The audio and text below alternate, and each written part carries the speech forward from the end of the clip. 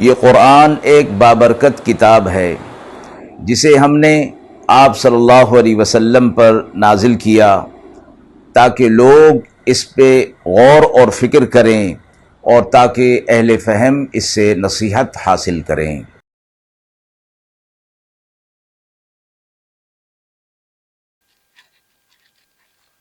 بسم اللہ الرحمن الرحیم۔ السلام علیکم ورحمۃ اللہ وبرکاتہ۔ ناظرین کرام، درس قرآن مجید کے آج کے اس پروگرام میں ہم سورۃ القاریہ کی تفسیر موصول شدہ سوالات کی روشنی میں کریں گے۔ پہلا سوال موصول ہوا ہے کہ القاریہ یعنی قیامت کے دن کی ہولناکیوں کی نوعیت کیا ہوگی۔ دوسرا سوال ہے کہ قیامت کے دن اعمال کی بنیاد پر انسان کا فیصلہ کیسے ہوگا۔ اعوذ باللہ من الشیطان الرجیم، بسم اللہ الرحمن الرحیم۔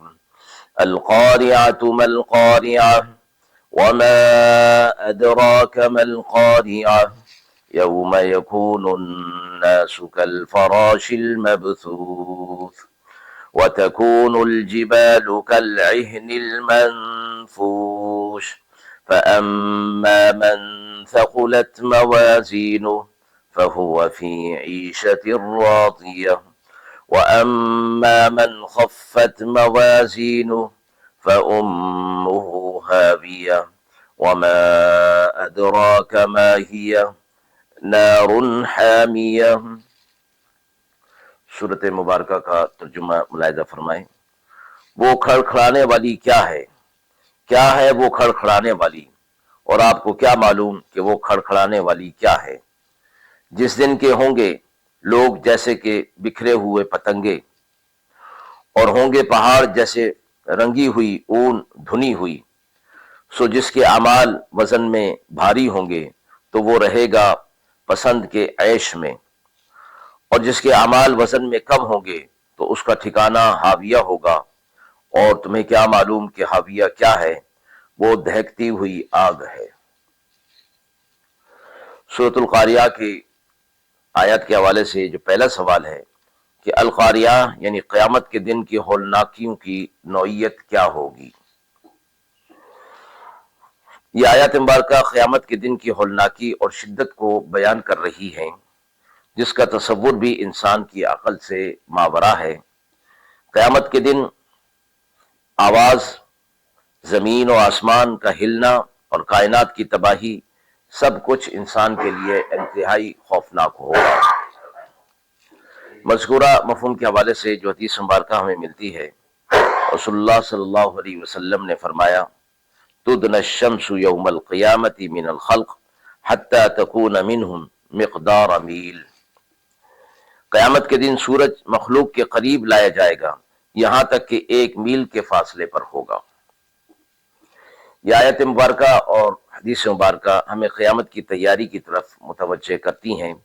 ہمیں دنیاوی زندگی کی عارضی لذتوں کو چھوڑ دینا چاہیے اور اس میں مگن ہو جانے کے بجائے اس دن کی فکر کرنی چاہیے کہ جو سب کے لیے انتہائی کھٹن ہوگا۔ مذکورہ آیات کے حوالے سے دوسرا سوال ہے کہ قیامت کے دن اعمال کی بنیاد پر انسان کا فیصلہ کیسے ہوگا۔ سورۃ القاریہ کی آیات بتاتی ہیں کہ قیامت کے دن انسان کے اعمال کا وزن کیا جائے گا۔ نیک اعمال زیادہ ہونے کی صورت میں کامیابی اور دائمی سکون ہوگا، اور اگر برے اعمال زیادہ ہوئے تو اس کی بنا پر جہنم کی سزا ہوگی۔ مذکورہ مفہوم کے حوالے سے جو حدیث مبارکہ ہمیں ملتی ہے، رسول اللہ صلی اللہ علیہ وسلم نے فرمایا: کلمتان خفیفتان علی اللسان ثقیلتان فی المیزان حبیبتان الی الرحمن سبحان اللہ وبحمدہ سبحان اللہ العظیم۔ 2 کلمات ایسے ہیں جو زبان پر ہلکے ہیں، میزان میں بھاری ہیں اور اللہ کے نزدیک محبوب ہیں، اور وہ کلمات ہیں سبحان اللہ وبحمدہ سبحان اللہ العظیم۔ مذکور آیات اور حدیث مبارکہ ہمیں اعمال کی اہمیت کو سمجھا رہی ہے کہ دنیا کی زندگی مختصر ہے اور ہمیں ہر لمحہ اپنی زندگی کا نیکیوں میں بسر کرنا چاہیے تاکہ ہمیں ہماری اس دنیا کے اندر رہتے ہوئے آخرت کی تیاری ہو جائے، اور پھر آخرت میں ہمارے اعمال بھی وزن کے اندر، نیک اعمال وزن میں زیادہ ہوں۔ ناظرین کرام، درس قرآن مجید کے آج کے اس پروگرام میں جو تفصیل پیش کی گئی وہ آپ کے لیے قابل اطمینان ہوگی۔